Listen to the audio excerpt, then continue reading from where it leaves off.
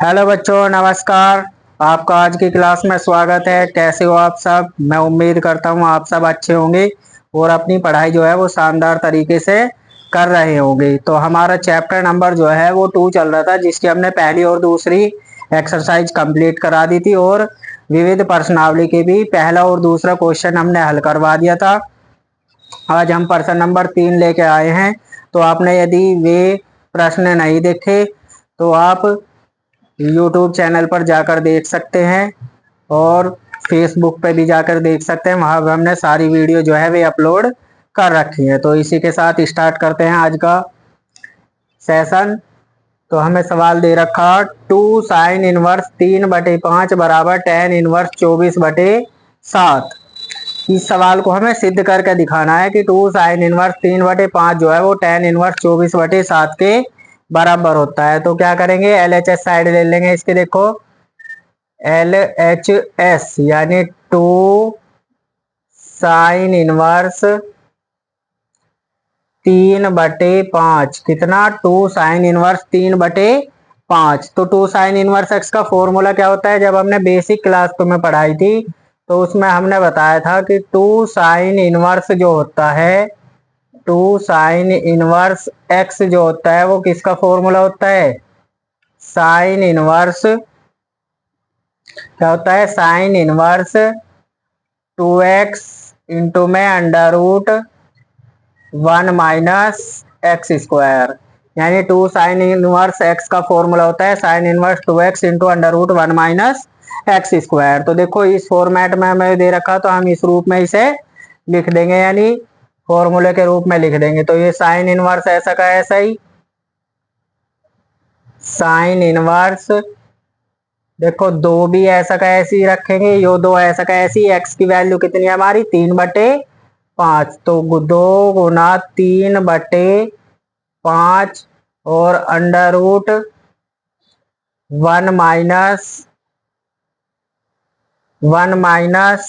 - x²। और x की जगह क्या है? 3/5 है हमारा। कितना है? 3/5। और इसका स्क्वायर है तो हम क्या कर देंगे? स्क्वायर कर देंगे। ठीक है, देखो sin 1 ये कितना हो जाएगा? 2×3=6, यानी 6/5 अंडर रूट। इसे सोल्व कर लेंगे। 1 - 3 का वर्ग कितना होता है? देखो पूरे का वर्ग है तो अलग अलग खुल जाएगा। 3 का वर्ग कितना होता है हमारा? 9। और 5 का वर्ग कितना होता है हमारा? 25। ठीक है, अब इसे सोल्व करेंगे। देखो इसके बटे 1 मान लेंगे तो कितना हो जाएगा ये हमारा? sin 1 6/5 गुना अंडर रूट। देखो इसके बीच में गुना ही हमारा 1 का 25 का एलसीएम लेंगे, कितना आएगा हमारा? 25 ही आ जाएगा। और 25 से कम कितना होता है हमारा? 25। और 1 की गुना 9 में करेंगे, 9 ये कम 9। तो अब इसे आगे देखते हैं। देखो sin 1 ऐसा का ऐसा ही 6/5 गुना 25 में से 9 गए, कितने बचते हैं? 16। तो ये बचेगा अंडर रूट 16/25। कितना बचता है? 25 में से 9 गए, 16 बचेंगे और बटे में 25 ऐसा का ऐसा ही। अब देखो 16 का वर्गमूल क्या होता है? क्योंकि अंडर रूट 16/25 होता है हमारा कितना? 4/5। यानी 16 का वर्गमूल 4 होता है और 25 का वर्गमूल 5 होता है। तो यहाँ पे देखो इसे लिख देंगे हम sin 1 6/5 गुना 16 का वर्गमूल कितना? 4 और 25 का वर्गमूल कितना? 5। इसे देखो सोल्व करेंगे और आगे sin 1 6 चौक 24, यानी 4×6 = 24 और 5×5 कितना हो जाएगा? 25। तो यानी 24/25 आ गया हमारा sin 1 24/25। पर हमें ये सिद्ध नहीं करना था, हमें क्या सिद्ध करना? tan 1 24/7। तो क्या करेंगे इसे? देखो एक ट्रायंगल बना लेंगे। क्या बना लेंगे? एक ट्रायंगल, यानी जिसे हम त्रिभुज कहते हैं। और ये फॉर्मूला किसके बराबर होता है? देखो मान लेंगे इसे, माना साइन इनवर्स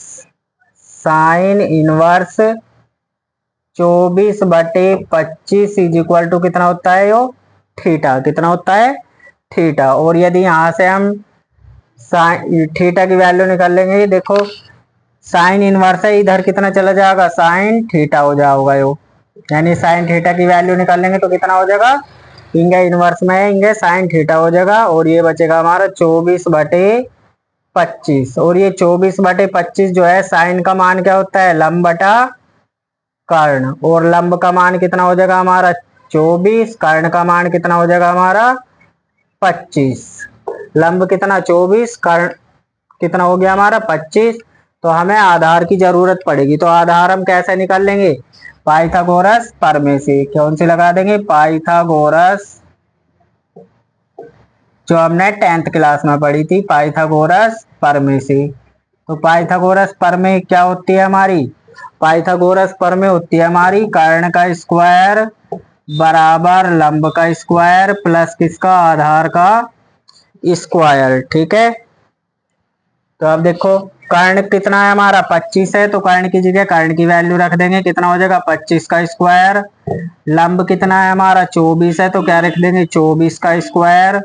और आधार की जगह आधार का मान हमें ज्ञात करना, तो 25 का वर्ग कितना होता है 625, और 24 का वर्ग कितना होता है हमारा 576, प्लस आधार का मान हमें ज्ञात करना। तो ये प्लस का इधर कैसे हो जाएगा माइनस, यानी 625 माइनस 576 बराबर कितना आधार का स्क्वायर। और 625 में से 576 जाओगे कितने बचेंगे 49, यानी इसे हम घटा देंगे तो 49 बचेगा बराबर कितना हमारा आधार का स्क्वायर। तो यदि इधर स्क्वायर है तो इधर क्या हो जाता है स्क्वायर रूट, तो ये कितना हो जाएगा 49, यानी स्क्वायर दे रखा वर्ग दे रखा तो दूसरी तरफ वर्गमूल हो जाता है। और 49 का वर्गमूल कितना होता है हमारा 7, यानी ए की वैल्यू कितनी आ जाओगी हमारी 7 आ जाओगी।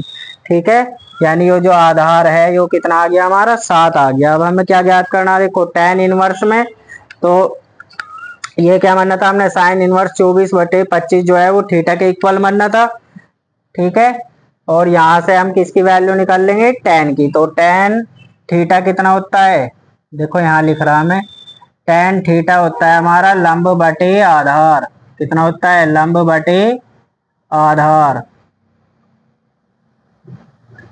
ठीक है, तो tan थीटा बराबर लंब देखो कितना हो गया हमारा 24, कितना हो गया 24, आधार कितना आया हमारा 7, और ये हमें क्या करना था सिद्ध करना था, यहाँ से थीटा की वैल्यू निकाल लेंगे बस।